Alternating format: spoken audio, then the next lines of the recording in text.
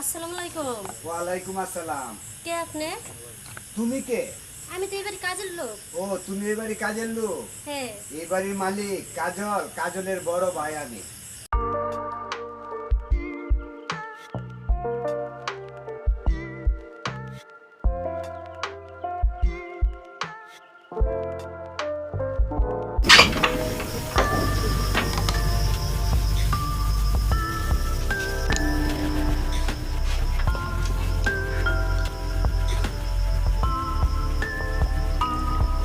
সারাদিন খেতে কামারে কাজ করি, আমার বাইডার খবরটা পর্যন্ত নিতে পারি না। এক মিনিট যে কথা কই এই সময়টুকু আমি পাই না। দেই তো বাইডার দ্বারা ফোন দিয়ে কি অবস্থা আছে। বাইডার দ্বারা ফোন দেয়া।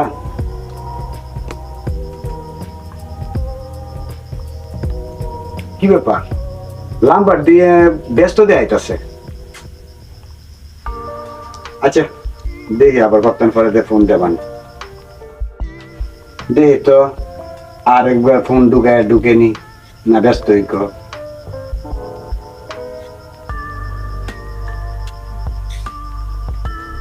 আরে দেখি আবার যদি ফোন ব্যস্ত কো। আচ্ছা দেখ পরে করবো অনেক কাম হরিতে একটু রেস্ট করি। আরে ফোন দেয়া যাইছে।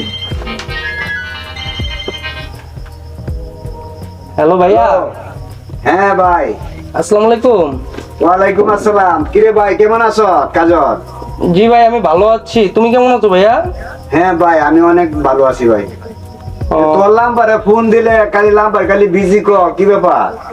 আসলে ভাই ব্যবসার কাজে ব্যস্ত থাকি তো, বিভিন্ন জায়গায় ফোন করতে হয়, এই কারণেই ব্যস্ত থাকে।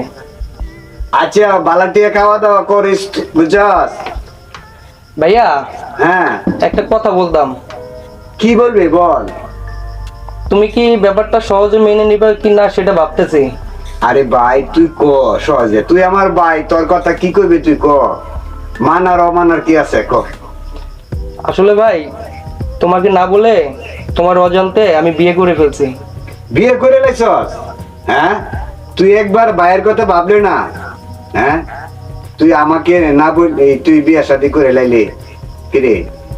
ভাইয়া তুমি তো ছোটবেলা থেকে আমার অনেক অপরাধ তুমি ক্ষমা করে দিছো, শেষবারের মতো এই অপরাধটা আমার ক্ষমা করে দিও।